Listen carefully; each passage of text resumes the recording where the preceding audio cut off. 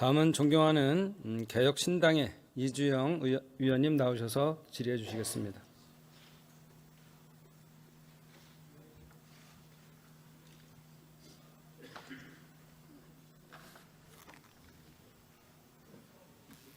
잠깐만요. 우리 보좌진들은 여기가 그 상임위 진행 중이니까 바깥에서 촬영을 해주세요.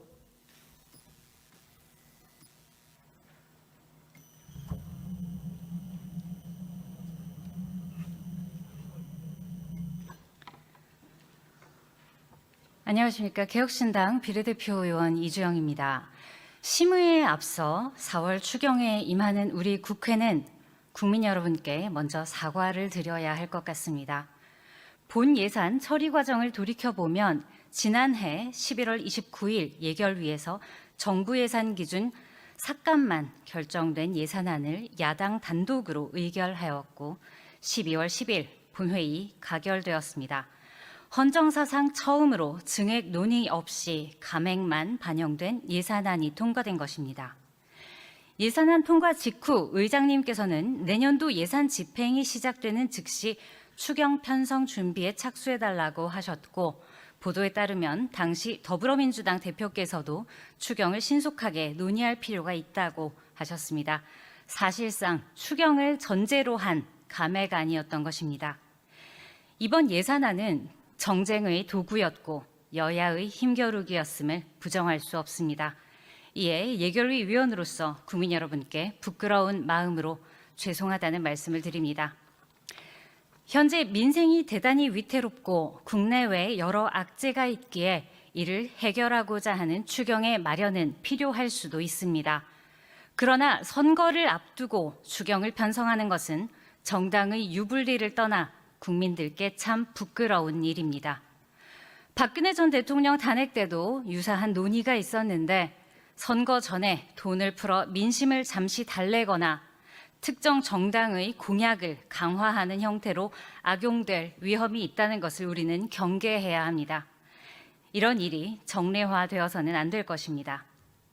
국민들이 보시기에 여야 공히 예산과 추경을 선거의 도구로 사용하는 것으로 보일 수밖에 없는 시기인 만큼 그런 의미에서 이번 추경은 더더욱 그 내용이나 형식에 있어 국회의 진정성 있는 모습을 보여드릴 필요가 있다고 생각합니다. 그럼에도 불구하고 이번 추경이 국내외에 미칠 경제적 파급을 생각할 때 정부 또한 국회의 증액 의견에 적극적으로 응해 주실 것을 당부드리겠습니다.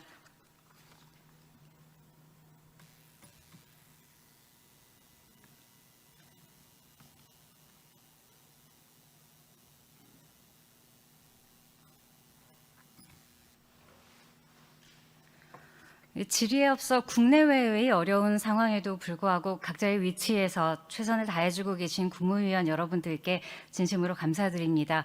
보건복지부는 오늘 추가된 예산이 없는 관계로 이 자리에 참석하지 않으셨습니다만 지난 2월에 국내 유일의 중증 외상 전문 수련센터가 예산 삭감으로 폐쇄 위기에 처했었는데 서울시의 지원 그리고 보건복지부의 응급의료기금 운용계획 변경을 통해 사업이 다시 진행되고 있습니다. 참으로 다행스러운 일이 아닐 수 없습니다. 중증 외상 명맥 유지를 위해 수고해 주신 보건복지부 관계자 여러분들께 그리고 또 특히 기재부에서도 해당 사항을 신속하게 반영해 주시고 충분한 재량을 주신 것에 대해 진심으로 감사드립니다. 다만 예산 회복에도 불구하고 핵심 의료에 대한 실질적 대책은 아직 미비하기 때문에 지원자가 부족합니다. 향후 증액 논의에 있어서 부처를 넘나드는 대단히 파격적인 지원과 대책이 핵심 의료 영역에 있어야 할 것 같습니다. 부총리님께 적극적인 지원 부탁드리겠습니다. 네. 부총리님, 올해 경제 성장률은 얼마 정도로 예상하고 계신가요? 네, 현재는 저희 당초 예상보다는 많이 하향될 가능성이 있습니다만 현재로는 워낙 불확실성이 커서요. 특히 제일 큰 게 이제 관세 충격인데 이 부분이 값에서 너무 크기 때문에 아직 저희가 정확히 말씀드리기가 좀 어려운 상황입니다. 네, 기관이나 주체에 따라 차이가 있기는 하지만 제가 보았던 것 중에 가장 충격적인 전망은 1%까지도 예측치가 나오는 것으로 알고 있습니다. 그런데 정부가 발표한 바에 의하면 이번 추경의 경제 성장률 제고 효과는 어느 정도로 전체적인 큰 틀에서 예상하고 계십니까? 한 0.1%포인트 상승한 효과는 있다고 저희가 네. 기대하고 있습니다. 그런데 국민들이 느끼시기에 체감상 사실상의 경기 부양 효과가 크다고 보시기는 조금 어려울 것 같습니다. 네, 그렇습니다. 네. 그런데 이번에 12조 규모의 추경인데 이것을 통과시키면 GDP 대비 적자 비율이 3.2%까지 증가하죠. 네, 그렇습니다. 그럼 재정 준칙을 또 어기게 되는데 앞서서도 또 추가 추경 얘기가 나오긴 했습니다만 무역 상황이나 국내 정세를 고려할 때 연내에 추가 추경이 없을 거라는 보장은 또 없을 것 같기는 합니다. 어떻게 생각하십니까? 네, 그렇죠. 뭐 재정 준칙이라는 게 또 그것도 예외가 있기 때문에 저희가 추경 요건에 맞으면 재정 준칙 자체도 뭐 예외가 있을 수 있습니다. 뭐 그렇지만 그런 법적인 요건을 떠나서 그 재정의 지속 가능성 측면에서는 저희가 항상 유의를 해야 한다고 생각하고 있습니다. 그렇다면 지금 추가적인 추경이 있을 수도 있고 또 국내외 정세가 좋지 않기 때문에 우리가 추경을 대단히 조심스럽게 접근할 필요가 있고 또 직접적인 민생 회복을 촉진하기 위해서라면 일회성으로 휘발하거나 혹은 현금성으로 살포되어서 증발하는 종류보다는 인프라를 구축하고 장기적으로 효용을 얻을 수 있는 것에 좀 크게 집중을 해야 할 것 같은데 정작 배정된 규모를 보면 과연 추경이 목적에 부합하게 설계되었는가 하는 의문이 듭니다. 이게 또 당별로 의원별로 또 여러 요구가 있기 때문에 어려움이 있으실 줄은 알고 있습니다만 온누리 상품권 관련 지적이 앞서서도 나왔죠. 그런데 총 12조의 추경 중에 무려 10%가 넘는 부분이 상생 페이백 사업입니다. 그런데 이게 지원 대상자 구분이나 사용 내역 파악이 굉장히 복잡하게 되어 있던데 혹시 간단하게 설명해 주실 수 있으실까요? 뭐 상생 페이백이라고 하는 건 그 일단 연매출 30억 원 이하 사업자들에게 사용한 이제 그 개인이 거기다 이제 카드를 그 써서 소비를 하면 그 증가액의 20%를 최대 30만 원까지 환급하는 사업입니다. 네.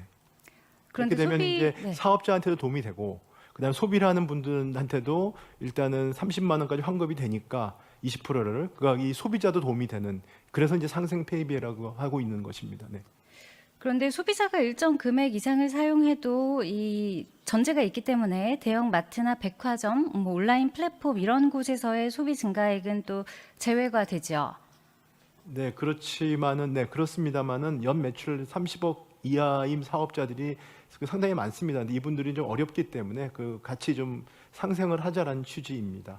네, 그렇다면 이것은 대부분 영세한 사업자들을 돕기 위한 취지인 것 같은데 그렇다면 일원화된 시스템이 아마 존재하지는 않을 겁니다. 그러면 이걸 실행하려면 소비 지출액 증가분 대조 데이터도 있어야 할 것이고 또 환급액을 결정해서 개별 소비자에게 또 통보하고 이런 시스템도 갖추어져 있어야 할 것 같은데 지금 유관기관과 어느 정도 선까지 결정이 되었고 진행 중이신가요? 네, 이분들은 이 부분은 지금 아마 그 이 카드가 여신협회하고 그다음에 소진공에서 지금 논의를 하고 있고요. 저희가 생각하기에 한 10월 정도면은 이 시스템이 좀 작동할 수 있을 걸로 기대를 하고 있습니다.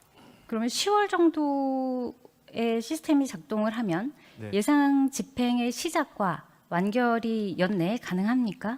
그러니까 10월부터 시행을 한다는 얘기입니다. 10월부터 네네, 시행이 가능할 걸로 그 보시고 전에 시스템 구축을 다 해서요. 지금부터 네 그렇게 해가지고 그럼 그 시스템 구축에 필요한 돈과는 별개로 또 지원금으로 나가는 돈이 있을 텐데 그것은 이번 해 안에 소진하기에는 쉽지 않은 환경이겠네요. 올해 다 소진이 된 올해 다 소진이 됩니까? 네. 그럼 불용이 발생할 가능성은 네, 그건 사실상 없습니다. 없는 걸로 왜냐하면 보시는 1인당 거죠. 그 저희가 최대 30만 원까지 돼 있기 때문에요. 네네. 그러면 그 1조 4천억 원을 투입해서 볼 수 있는 경제 효과는 어느 정도라고 생각을 하십니까? 이 부분은 소비 자체가 이만큼 늘어나는 것이니까요. 그 소비 금액 자체가 명목으로 1조 4천억 정도 늘어난다고 보시면 될 것 같습니다. 매출액이 7조? 네, 매출액이 7조. 7조 정도로 네네, 보시고요. 네. 그럼 1조 4천억을 투입하고 7조 정도를 보겠다고 하시는 내용인 거고 7.9조 원의 소비 유발 효과라고 7.9조 원의 네네, 소비 유발 그렇게 나와 효과 있습니다. 네. 그 정도의 효과를 볼 수 있으면 좋겠습니다. 왜냐하면 대부분의 경우에 결과적으로는 이것이 즉각적인 소비 진작 효과를 사후정산 제도로는 보기 좀 어려운 부분이 있고요. 저도 소비자 입장에서 사용을 해보면 제도가 복잡하면 민간이 호응하지 않는 부분도 있기 때문에 좀 걱정이 되는 부분이 있어서 질문을 드렸습니다. 그런데 이 사업뿐만이 아니라 우리가 현금성으로 나가는 것이 공공배달앱 할인 지원 650억도 있었고 또 농축산물 할인 지원 500억도 지금 보이고 그래서 이런 현 시점의 현금 살포성 예산이 그럼 추경의 취지에 부합하는가 하는 의문이 조금 드는데 지금 민간 영역에서 하고 있는 것들을 굳이 이렇게 손을 대서 특히 배달앱 같은 경우에 정부가 더 잘하고 있는 영역이라고 할 수도 없고 또 민간을 따라해서 런칭했던 사업 중에 사실 크게 국가적으로 성공한 사업이 별로 없는데 지금 목표로 하는 효과가 분명치 않은 것은 물론이고 집행에 대한 지속성이 모호한 영역에 지금 2조 가까운 예산이 편성되어 있는 것 같습니다. 그래서 이 공공 배달앱이나 농축산물 할인 지원에 있어서도 예상하시는 효과 금액이 어느 정도 된다고 보시는 건가요? 뭐 의원님이 어떤 걸 우려하시는지 제가 포인트는 알겠고요. 다만 이제 공공배달앱 같은 경우에는 이게 배달 수수료가 공공배달액이 훨씬 굉장히 저렴한 그런 수수료입니다. 그러다 보니까 지금 전체적으로 시장 마켓 시어는 그렇게 크진 않지만 여기에 감행하고 있는 그런 그 업체들이 많기 때문에 저희는 좀 소비자들한테 그 아주 낮은 수수료를 주는 이런 배달앱에 좀 도움을 주는 게 좋겠다라는 생각을 한 것이고요. 그다음에 추경의 목표라는 게 보면은 결국은 모든 게 확대 재생산이 돼가지고 우리의 그 성장률에 도움이 되는 것도 물론 필요하지만 그 기간 동안에 어렵게 지내는 영세하고 취약계층을 지원해 드리는 것도 결국 그런 부분들이 그분들이 결국은 나중에 뭐 더 나빠지면은 복지재정의 혜택을 받아야 되는 것이고 그 다음에 또 그런 부분들이 또 나중에 이 어려움을 견뎌야지만 이분들이 또 소비를 하신 주체가 되시는 거 아니겠습니까? 그런 면에서 보면 취약계층을 지원하는 거는 이 추경의 목적하고 좀 부합한다고 생각하고 있습니다. 그 목적에 대해서는 저도 전적으로 동의를 하는 바입니다. 다만 이렇게 현금성으로 무엇이 지원이 되고 그리고 이것이 뭐 상품권의 형태로 정부를 또 거치게 되고 공공 배달앱의 경우에도 민간에서 활성화될 수 있는 것을 제대로 운영되게 하는 것이 아니라 중간에 계속 시장에 정부가 개입하는 형태로서 운영이 되고 거기에 예산이 들어가는 것에 대해 국가적으로 조금 조심스럽게 접근할 필요가. 네, 저희도 조심스럽게 하고 있습니다. 말씀하신 것처럼 그냥 효과 없이 뿌려지는 게 그러면 안 된다고 생각을 하다 보니까 자꾸만 이 공공배달 수수료가 낮은 들이 좀 더 그래야 더 도움이 될 것이고 그 다음에 좀 더 영세 사업자들한테 가는 게 낫겠다 이런 식으로 하다 보니까 약간 제도는 복잡해지는데 그렇지만 그런 고려 때문에 저희도 같이 그렇게 노력을 하고 있습니다. 알겠습니다. 그렇다면 더욱 이제 중요한 인프라 구축이나 국민 안전에는 또 지금 말씀하신 취지 이상으로 더 큰 예산이 들어가는 것이 마땅할 것으로 생각이 됩니다. 기본적인 국민 안전을 위한 것이니까요. 그런데 그렇지가 않은 것으로 보입니다. 부총리님 오전에 추경 예산안 제안 설명하실 때 추경안 편성의 첫 번째 목적에 대해서 뭐라고 발표를 하셨죠? 일단은 뭐 재난부터 시작했을 때. 네, 그렇습니다. 그런데 거기에는 예산이 또 예상보다는 너무 턱없이 부족하게 들어가 있는 경향이 있습니다. 이번 산불 사태 때도 그렇고 소방헬기 구급 헬기 이야기 오늘도 그렇고 많이 나오고 있는데 산림청에 제대로 된 헬기를 도입하면 그 헬기는 꾸준히 활용을 할 수 있는 것을 넘어서서 2019년에 국무총리 훈령으로 제정된 범부처 응급 의료 헬기 공동 운영 규정이 있습니다. 이런 것들을 활용하면 향후 응급 이송 체계 등의 범용으로 활용할 수도 있을 겁니다. 그리고 이번에 실제로 메디온이 접근하지 못한 경우에 있어서 소방헬기로 구조를 시도한 경우도 있었고요. 그런데 앞서 존경하는 임종덕 의원님께서도 지적하신 바가 있듯이 지금 총 50대의 소방헬기 중에 최소 8대의 헬기가 아예 가동도 못하고 있는 상태로 알려져 있습니다. 그런데 이번 추경안에 헬기 구매 편성 예산이 몇 대로 책정이 되어 있죠? 6대 들어가 있습니다. 산림청장님 나와 계시죠? 예, 나와 있습니다. 예, 지금 예산 편성된 6대 중에 3개만 1만 리터급의 헬기고 나머지 3개는 2,500리터급 중형 헬기입니다. 맞습니까? 예, 맞습니다. 이번과 같은 대형 산불을 효과적으로 진압을 하려면 담수 용량이 충분해야 할 텐데 지금 산림청 보유한 최소 8,000리터급 이상의 대형 헬기는 지금 몇 대죠? 7대 보유하고 있습니다. 7대 보유하고 계신데 이게 지금 대형 산불에 대처를 하거나 혹은 다른 중소형 헬기들과 활용해서 범용으로 쓰기에 현재 보유 대수가 충분하다고 보십니까? 예, 좀 요번에 그 영남권 산불, 산청 산불 동시다발로 났을 때는 좀 부족하다고 생각하고 있습니다. 이게 최소한의 안전을 위해 인프라 구축을 위해서 사용해야 하는 이 소방 헬기 예산에는 지금 투입된 예산이 986억입니다. 그리고 지금 인도 등이 제대로 정비되어 있지 않은 것을 고려를 하고 앞으로 응급의료 이송 체계가 더욱 붕괴할 것을 우리가 미리 대비한다면 이 영역에는 훨씬 더 많은 예산이 미리 투입이 되어야 준비가 되고 이것을 준비하는 과정에서도 또 시간이 소요가 되니까요. 그런데 이것이 전체 예산이 상생 페이백의 7%다. 이것을 과연 이번에 산불 피해를 입으신 국민들 그리고 응급의료 체계의 혼란에 있어서 어려움을 겪고 있는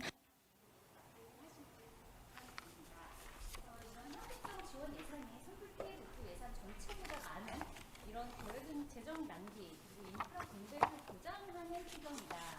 이런 비난을 받을 수밖에 없을 것 같은데 올 한 해가 특히 돈은 부족하고 돈 쓸 곳이 많은 한 해가 될 것인 만큼 정부는 좀 무분별하고 목적 없는 현금 살포를 지양하고 반드시 필요한 곳에 특히 인프라 구축에 더 많은 예산을 편성해서 국민들이 꾸준한 안전을 누릴 수 있도록 함께 힘써주시기를 부탁드리겠습니다.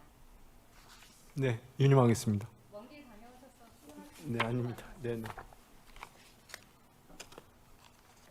네, 이주영 의원님 수고하셨습니다.